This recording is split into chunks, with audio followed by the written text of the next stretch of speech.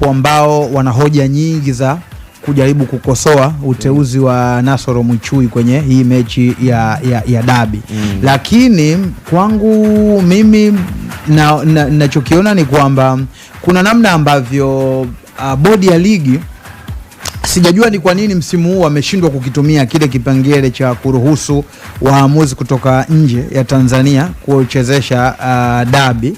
Nafikiri kama utakumbuka msimu uliopita, baada ya maneno mengi sana na taharuki kwa kiasi kikubwa, bodi ya ligi ilianza kuleta experience tofauti kwa kuwapa hizi mechi za dabi waamuzi kutoka nje, na nikaona hata kwenye kanuni ikaweka katika utaratibu rasmi kabisa kwamba ni utaratibu ambao upo. Inawezekana Alex, hii pressure ya ukosolewaji wa muamuzi Nasoro Muchui ni kwa sababu tu ya kwamba ni muamuzi ambaye watu wanamfahamu na wameshaona performance yake katika michezo mingine, na mbaya zaidi ukiangalia kwenye rekodi za hivi karibuni kwa Tanzania Alex, hakuna muamuzi ambaye unaweza kusema huyu ni msafi moja kwa moja, hana makosa. Karibu kila muamuzi ana changamoto zake ambazo zinatokea.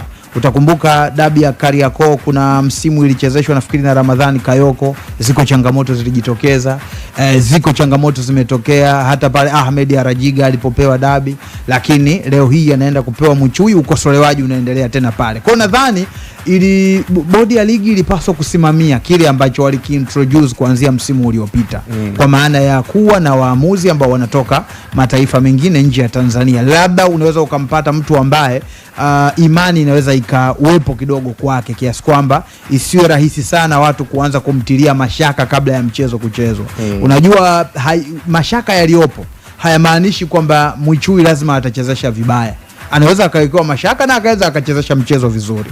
Lakini sasa sometimes ili kuyaondoa haya mashaka, nafikiri bodi ya ligi wao ndio ambao walipaswa kuendelea kusimamia ule utaratibu wa waamuzi kutoka nchi jirani. Na mimi nikitazama Alex, mataifa ya jirani kwa mfano kama Zambia, Rwanda, Somalia, hapo wapo baadhi ya waamuzi ambao wanaonekana wanatumika kwenye mashindano makubwa ambao sio kwa bahati mbaya, ni kwa sababu ya performance walizonazo. Kwa hiyo labda pengine tunge stick kwenye hilo la kuendelea kuwatumia wao. Labda Njenge, kwa nini tuendelee tu entertain kutumia waamuzi kutoka nje ya Tanzania? Una imani kabisa kwamba waamuzi wetu wanaweza wakaimudu dabi, au kwa sababu ya siasa zetu? Mimi sina imani. Unajua mpira ni mchezo wa watu. Timu ndio wadau namba moja wa huu mpira. Kama timu ndizo ambazo zinaonekana kuwalalamikia sana hawa waamuzi. Kwanza, timu ukiona zinalalamika ni kwa sababu pia wanawajua vizuri hawa waamuzi. Wao wanafanya nao kazi kwa karibu. Kila mmoja anajua huyu udhaifu wake ni upi na uzuri wake ni upi. Kila mmoja anakuwa anajulikana kwenye hayo. Kwa hiyo sometimes ili kuondoa haya maneno mengine, mimi sina imani nao. Imani mimi ninayo. Lakini wakati mwingine ili kupunguza uwezekano, kwa mfano sasa hivi discussion imehama kutoka kwenye pitch na ubora wa vilabu ambao vinaenda kucheza dabi, imehamia moja kwa moja kwenye eneo la maamuzi. Hivi labda muamuzi gani unahisi wa Tanzania angetajwa kuchezesha, pengine kungekuwa hakuna, yani watu wote wangesema sasa fresh? Kwa waamuzi wa Tanzania hakuna yoyote ambaye angetajwa ingesemwa sasa fresh. Muamuzi yoyote wa Tanzania angetajwa, lazima watu wangekosoa. Lazima wangekosoa tu. Yani kwa sababu kwa miaka ya karibuni umeona mechi nyingi amechezesha Arajiga hapa misimu kama miwili iliyopita. Lakini bado licha ya kuchezesha Ahmed Arajiga, ziko changamoto zilionekana uwanjani, yapo makosa ambayo kweli yalionekana yamejitokeza kwake, lakini pia upo ukosolewaji ambao ulianza kabla ya mchezo na baada ya mchezo. Kwa sometimes ndio maana nasema, kwa sababu hizi timu mbili, unajua ubaya ni kwamba tunaamini, japokuwa sina uhakika sana, tunaamini kwamba watu wengi wa makamo kidogo waliozaliwa Tanzania, kama hayuko upande A basi yuko upande B kwenye football. Kwa maana ya kama sio mnyama basi ni Young Africans. Sasa sometimes unaweza ukakuta muamuzi ni kwa sababu tu mtu anajua familia ya muamuzi Alex Ruambano, babu yake mmoja alikuwa labda ni mwananchi au mnyama, tayari moja kwa moja muamuzi ananasibishwa na hiyo timu moja kwa moja. Kwa sasa ndio maana sometimes nasema wakati mwingine kwa sababu ya haya mazingira yaliopo na kwa kile ambacho tulikishuhudia msimu uliopita, ilikuwa ni busara kwanza kurudi tena na waamuzi kutoka nje. Labda Njenge na wengine ni wakumbushe kitu kimoja. Ni kweli katika nchi yetu tumegawanyika pande mbili, kama si Simba utakuwa Yanga.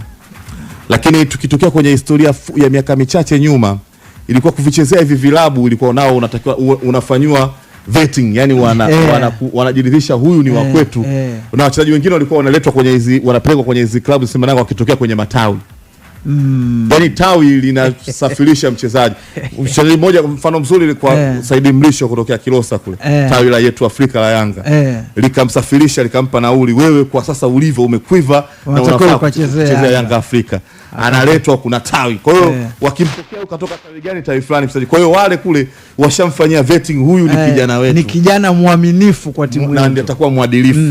Siku moja tushazungumza hapa na Ali Mayai. Miaka hiyo ilikuwa kusajiliwa Yanga kulikuwa kuna kupugu kusuapi, kuna sehemu gani kulikuwa kuna wazee kule. Unapelekwa kule, unawekwa kwenye kitu unakalishwa, wazee wanakupa vinasaba na Yanga. Yani unapewa hii ndio Yanga Afrika, unaelezwa, unapewa pale misingi ya pale taratibu, unajengewa ile imani. Umeelewa? Ndio. Kwa Yanga. Ikaja hiyo, lakini miaka hiyo sio kwamba walikuwa waamuzi hawapo. Waamuzi walikuwepo. Na walikuwa wanachezesha hizo dabi. Na walikuwa wanasimamia sheria 17. Sasa ndio. Katikati kafanyika mabadiliko, mageuzi. Hii mambo mchezaji lazima anapenda Simba, anapenda Yanga ndio acheze timu hiyo imetoka. Sasa hivi mchezaji wala haulizwi wala fuatiliwi. Eti kujua yule bwana familia yao wale Simba sana. Huko hapana, kuchezesha huko au wengine tunamjua kabisa yule alikuwa wa kulialia kabisa. Umeona bwana? Kuna wachezaji wengine mimi kwa kuwajua kabisa walikuwa kwenye timu nyingine za kawaida. Ile timu yake ikifika kucheza na timu yake moja ilikuwa ambaye ya kale yako anayoipenda. Yule mchezaji anasema bwana, mimi ni bora nisicheze hii mechi. Kwa sababu hawezi kuvunja uaminifu. Hawezi kuidhuru timu yake anayoipenda. Yuko kwenye timu nyingine. Watu wana mahaba. Hapo kachua anacheza EFC.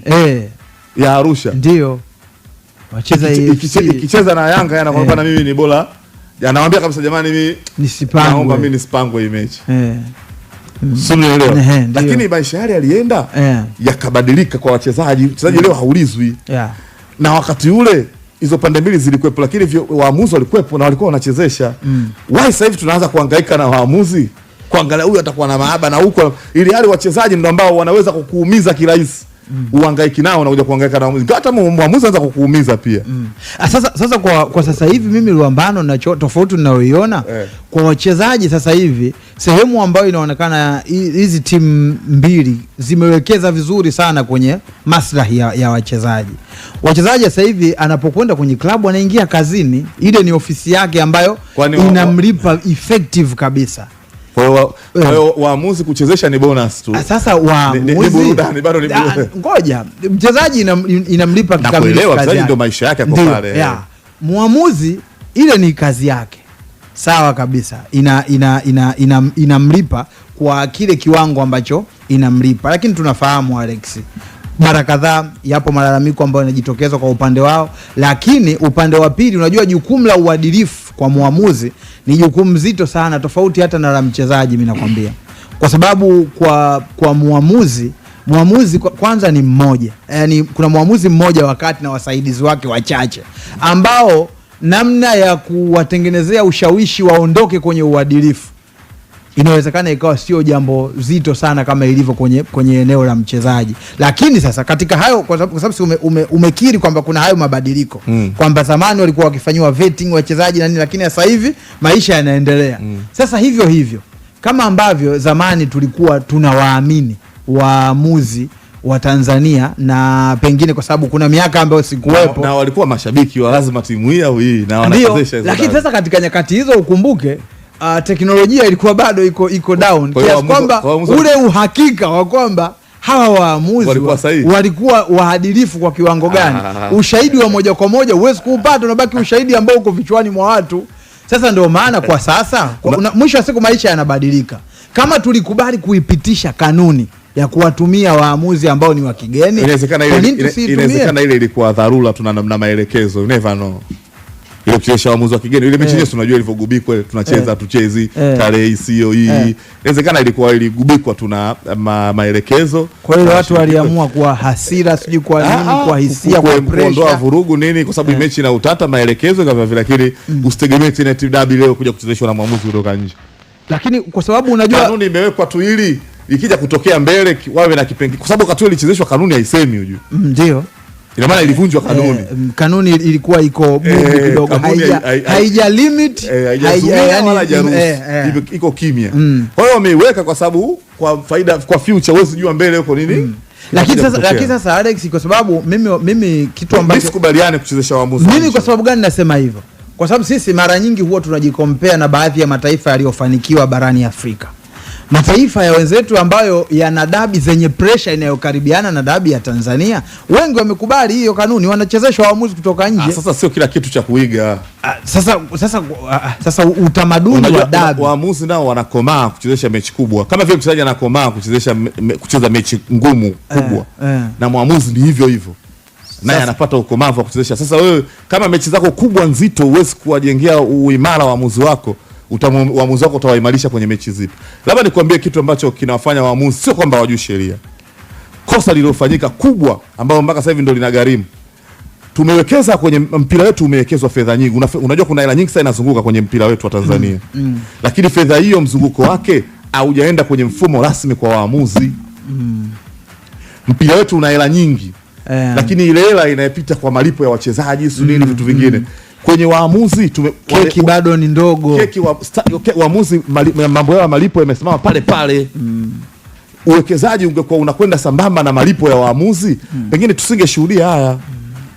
Haiwezekani mwamuzi leo anaenda kuchezesha mechi, inaamua watu wamewekeana pale, mechi hii ukishinda milioni 100 au milioni 50, afu mwamuzi anakwenda kulipwa 1,500,000 anachezesha mechi kama hiyo.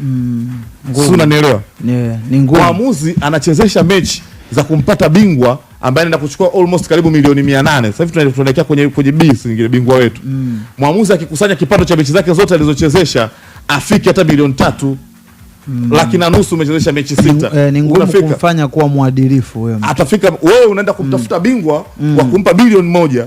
Mwamuzi anachezesha mechi karibu 10 afike hata milioni 3 malipo halali. Wewe unategemea mwamuzi atakuwa mwadilifu?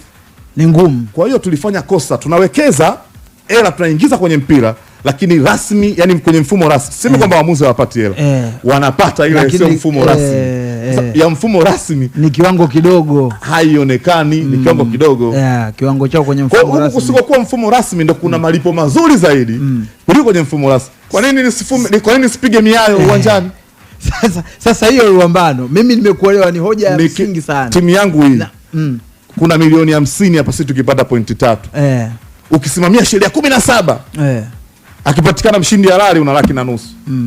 Lakini